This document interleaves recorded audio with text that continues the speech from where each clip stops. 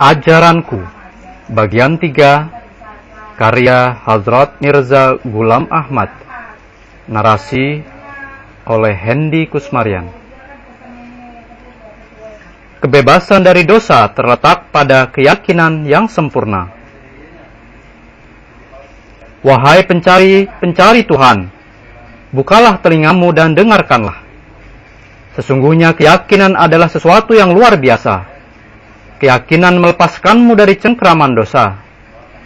Keyakinanlah yang membuatmu jadi seorang pecinta Tuhan yang sejati. Adakah kamu dapat melepaskan diri dari cengkraman dosa tanpa keyakinan sempurna?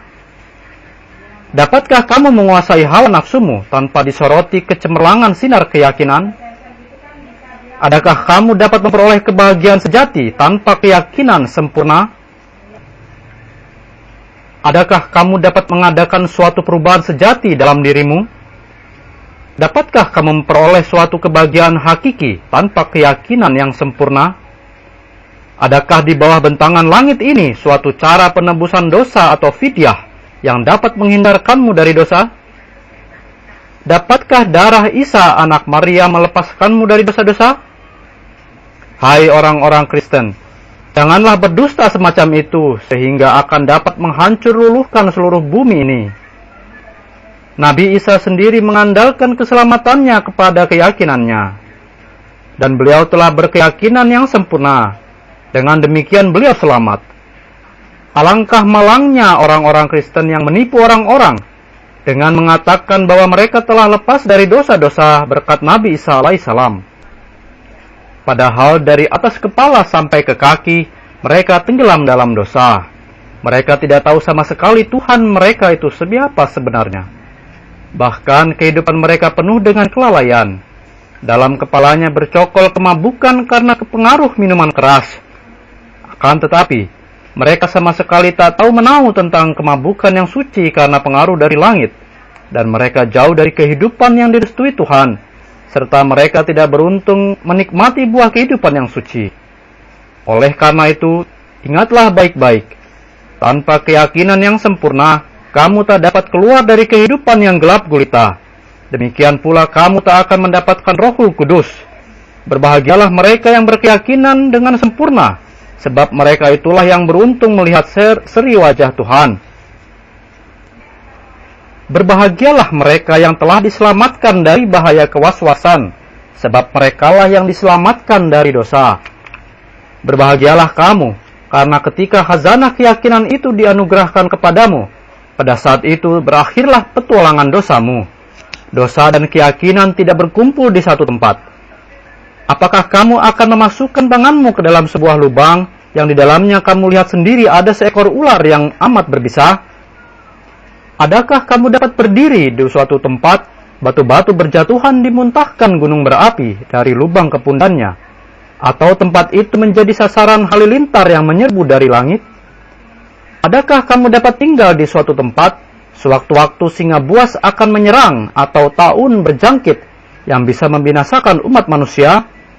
Maka, apabila kamu yakin akan Tuhan seperti halnya kamu yakin akan bahaya ular, halilintar, singa, dan taun, tidaklah mungkin kamu akan berbuat kebalikannya, yaitu tidak menaati dan menempuh jalan yang akibatnya kamu akan mendapat hukuman, atau kamu mau memutuskan tali keikhlasan dan kesetiaan yang menghubungkan kamu dengan Tuhanmu. Wahai semua orang yang diseru kepada kebaikan dan kebenaran, peganglah keyakinan itu dengan sungguh-sungguh. Sebab, apabila hatimu telah bersimbah penuh oleh keyakinan yang sempurna, di saat itu barulah akan timbul tarikan dari Tuhan, dan kamu akan bersih dari kekotoran dosa. Mungkin kamu akan berkata bahwa kamu sudah memiliki keyakinan, namun ingatlah, perasaan ini hanya tipuan terhadap dirimu sendiri. Keyakinan itu sekali-kali belum kamu miliki, sebab kamu belum memenuhi syarat-syarat yang dikehendaki. Sebab kamu belum menghindarkan diri dari dosa. Kamu belum lagi melangkahkan kaki sebagaimana seharusnya kamu melangkah. Kamu tidak takut akan dosa sebagaimana seharusnya. Pikirlah olehmu, orang yang merasa yakin bahwa di dalam sebuah lubang tertentu ada seekor ular. Tentu saja, ia tidak akan sekali-kali mencoba memasukkan tangannya ke dalam lubang itu. Orang yang merasa yakin di dalam makanannya terdapat racun, ia sekali-kali tidak akan memakan makanan itu. Orang yang dengan matanya sendiri melihat di dalam sebuah hutan belantara terdapat ratusan singa buas, ia tidak akan sekali-kali berani memasuki hutan itu tanpa berhati-hati. Maka betapakah tanganmu, kakimu, telingamu, dan matamu akan berani berbuat dosa, jikalau kamu yakin seyakin-yakinnya akan adanya wujud Tuhan, dan adanya siksaan dan ganjaran dari Tuhan atas amal perbuatanmu di dunia ini. Betapakah kamu hendak menjatuhkan dirimu ke dalam api yang berkobar-kobar, sedang kamu mengetahui api itu bisa menghanguskan dan melahap setiap benda hingga menjadi abu. Senantiasa ingatlah hendaknya, dinding-dinding keyakinan itu menjulang tinggi sampai ke langit, sehingga setan pun tidak dapat memanjat dinding itu. Barang siapa yang telah mensucikan dirinya, sesungguhnya telah disucikan oleh keyakinannya. Keyakinan memberi satu daya untuk menanggung derita dan kesukaran, sehingga seorang raja rela untuk turun tahta dan menjalani hidup sebagai seorang fakir. Keyakinan mempermudah segala kesukaran. Keyakinan memungkinkan manusia melihat wajah Tuhan. Segala gagasan tentang penebusan dosa melalui pengorbanan wujud lain itu palsu adanya, sebab setiap kesucian itu menjelma dari dasar keyakinan. Satu-satunya yang menyampaikan manusia kepada Tuhan, sehingga derajat yang dicapai manusia dalam hal keikhlasan, kemantapan, dan kegigihannya dapat melampaui derajat malaikat, adalah keyakinan. Segala agama yang tidak mengemukakan jalan-jalan guna memperoleh keyakinan adalah agama palsu. Segala agama yang tidak dapat menampakkan Tuhan melalui keyakinan adalah palsu. Segala agama yang ajarannya hanya berisikan dongengan dan hikayat-hikayat lama, selain itu, tidak ada apa-apanya adalah palsu. Janganlah puas dengan kisah-kisah. Tuhan sampai kini berwujud seperti keadaannya di masa dahulu. Kodratnya masih tetap berlaku seperti dahulu. Dia masih terus memperlihatkan tanda-tandanya seperti dahulu. Oleh karena itu, mengapakah kamu merasa puas dengan mendengarkan kisah-kisah saja? Agama yang memiliki mukjizat-mukjizat dan nubuatan-nubuatan yang dijalin dalam bentuk cerita purbakala, agama itu bukan agama yang hidup. Jemaat yang terhadapnya Tuhan tidak turun dan tidak memberikan keyakinan bahwa tangan Tuhan akan turun untuk mendatangkan kesucian, jemaat itu mati. Seperti halnya manusia secara jasmani tertarik oleh kenikmatan-kenikmatan duniawi, seperti itulah halnya manusia secara rohani tertarik oleh Tuhan, demi yakin bahwa kenikmatan yang ada di dalamnya jauh lebih besar lagi. Keindahannya membuatnya demikian rupa terpesonanya, sehingga ia memandang segala benda sebagai barang yang bermutu rendah belaka. Manusia bebas dari dosa hanya apabila ia yakin akan adanya Tuhan, dan akan adanya ganjaran dan hukuman dari Tuhan. Kejahilan itu akar kelancangan berbuat dosa. Barang siapa yang mengambil bagian dari makrifat ilahi, ia tidak akan luput dari ketakutan terhadap Allah. Apabila seorang pemilik rumah mengetahui banjir besar akan melanda rumahnya, atau di sekitar rumahnya api kebakaran sedang berkobar, ia akan tetap diam di dalam rumahnya? Maka, bagaimanakah kamu berani tinggal dalam keadaanmu yang berbahaya sesudah kamu yakin akan adanya Tuhan, dan akan adanya hukuman dan ganjaran dari Tuhan atas amal perbuatanmu? Oleh karena itu, bukalah matamu dan pelajarilah hukum Tuhan yang berlaku di atas permukaan bumi ini. Janganlah berulah seperti seekor tikus yang inginnya menyuruk-nyuruk ke tempat kerendahan, melainkan jadilah burung merpati yang gemar melayang-layang terbang bebas di angkasa raya. Sesudah kamu baiat dengan niat hendak bertobat, janganlah kemudian melanjutkan petualangan dosamu. Janganlah kamu bersifat seperti seekor ular, yang sekalipun telah berganti kulit, namun tetap ia seekor ular. Ingatlah selalu akan maut yang dari detik ke detik menghampirimu walaupun kamu tidak menyadarinya. Berusahalah membersihkan jiwamu, sebab manusia dapat meraih kesucian jiwa hanya apabila ia sendiri menjadi suci. Jalan untuk memperoleh kesucian ialah dengan melakukan sholat. Tetapi, soal yang penting ialah, bagaimanakah kamu memperoleh nikmat itu? Soal itu dijawab oleh Allah Subhanahu wa Ta'ala di dalam Al-Quran. Wasta'inuhu bisabri wassalah. mintalah pertolongan dari Tuhan dengan bersabar dan sholat. Apakah sholat atau sembahyang itu?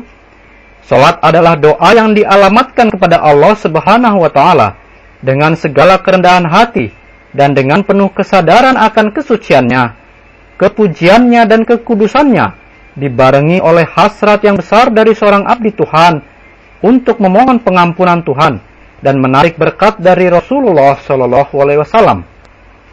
Oleh karena itu, apabila kamu berdiri untuk menjalankan sholat, janganlah berlaku seperti orang jahil yang membatasi doa-doanya pada ucapan-ucapan dalam bahasa Arab yang sudah ditetapkan.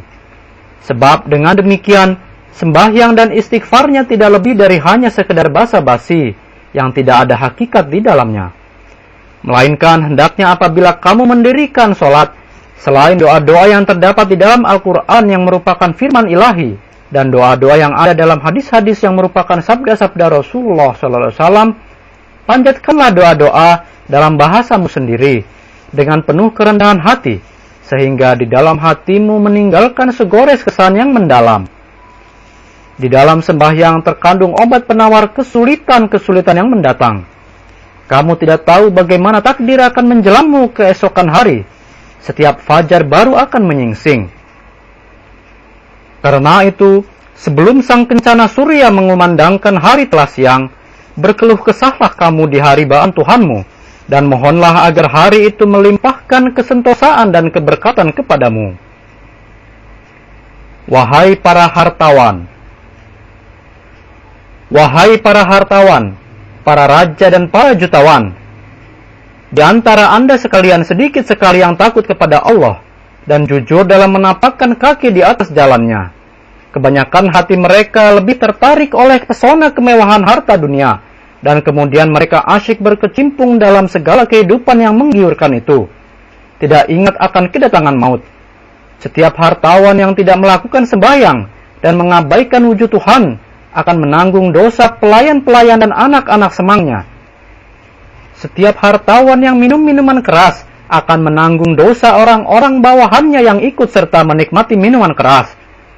Wahai orang yang arif bijaksana, dunia ini tidak akan ada untuk selamanya. Hindarilah semua barang yang memabukkan. Tidak hanya minuman keras seperti anggur, bir, whisky, dan sebangsanya yang memabukkan itu, melainkan juga candu, ganja, marijuana, morfin, todi, dan tari.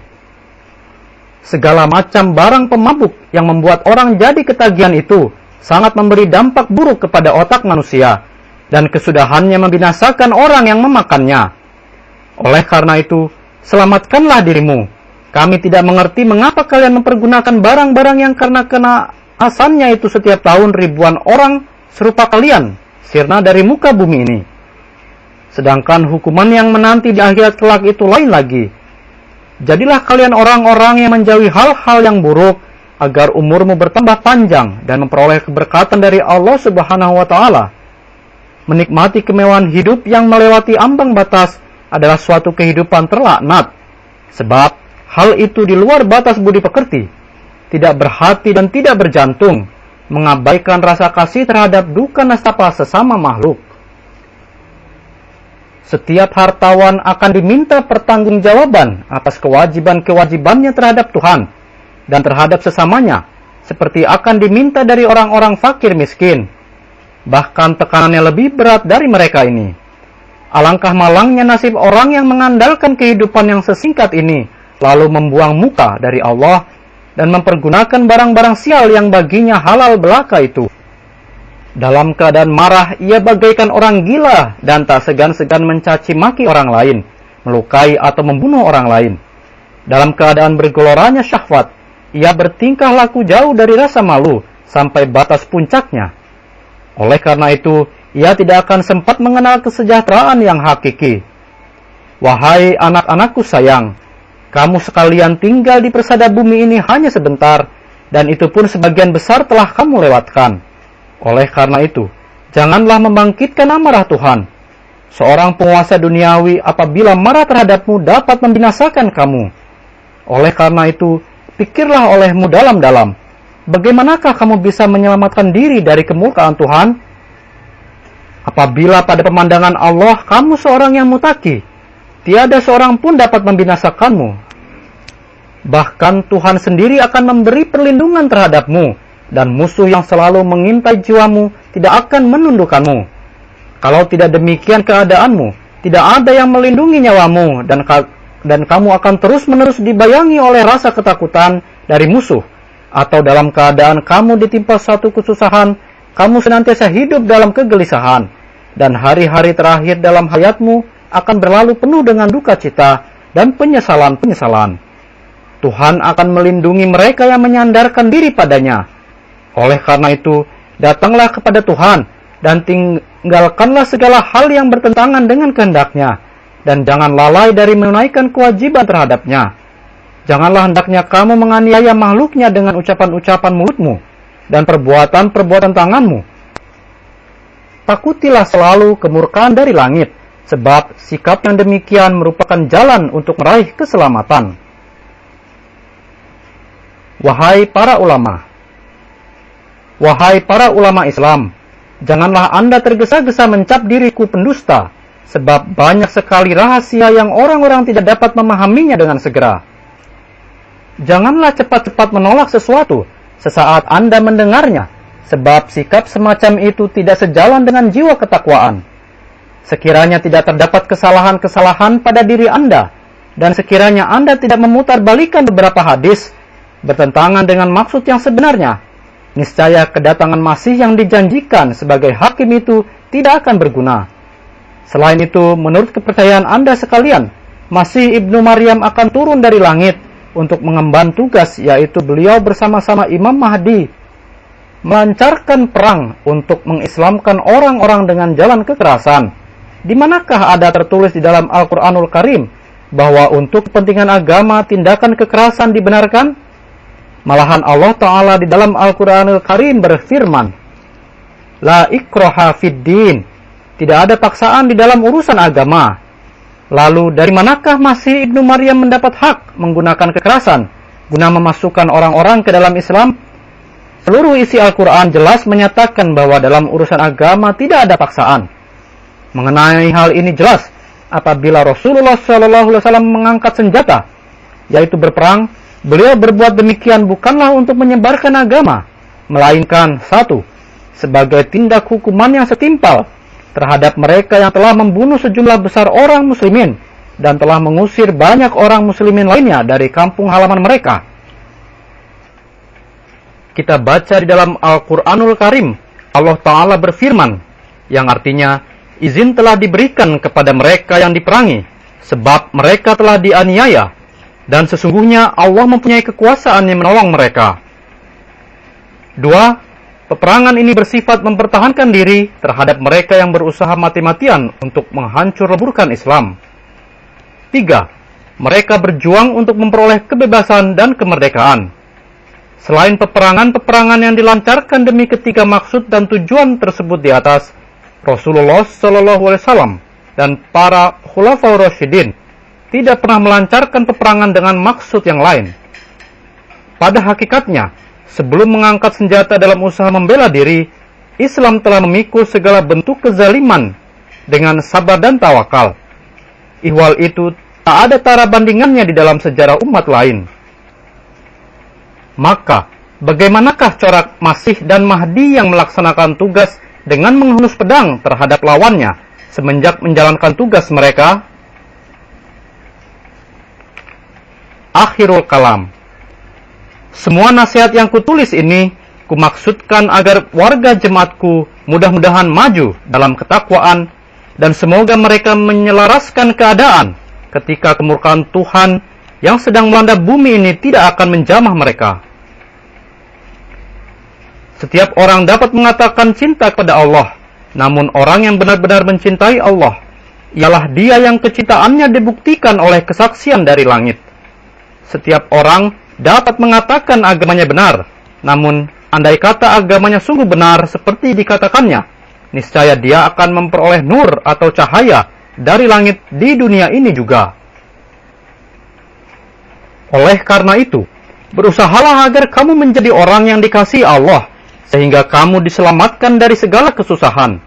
Setiap orang yang mengaku dirinya masuk dalam golongan orang yang telah baiat kepadaku, bagi mereka waktunya telah tiba untuk menunjukkan kesediaan mereka berkhidmat kepada jemaat dengan kekayaan mereka. Sebab di samping kita harus membuka terus dapur umum yang tentunya memerlukan biaya, juga banyak lagi pengeluaran untuk menggiatkan penyebaran agama. Ratusan tamu datang, akan tetapi karena kekurangan fasilitas, maka untuk para tamu itu belum dapat disediakan rumah tamu yang layak. Untuk perluasan masjid pun memerlukan biaya. Wahai anak-anakku sayang, inilah waktunya untuk mengkhidmati agama, serta untuk menyukseskan tujuan-tujuan agama. Anggaplah kesempatan ini sebagai harta pusaka yang tidak akan kamu peroleh dua kali. Selaku pengikut Rasulullah SAW yang begitu agung lagi mulia itu, mengapa pula kamu patah semangat? Perlihatkanlah teladan yang bahkan para malaikat di langit pun kagum akan kekuatanmu berpegang teguh pada kebenaran, dan mereka kagum akan kebersihan hatimu, sehingga mereka membaca selawat bagimu. Dengan ini aku sudahi wejanganku, dan aku berdoa, mudah-mudahan ajaranku ini berguna bagimu, serta mudah-mudahan di dalam hati nuranimu timbul suatu perubahan yang menjadikan kamu laksana bintang-bintang di cakrawala, menerangi alam buana dengan cahaya yang kamu peroleh dari Khalikmu. Amin.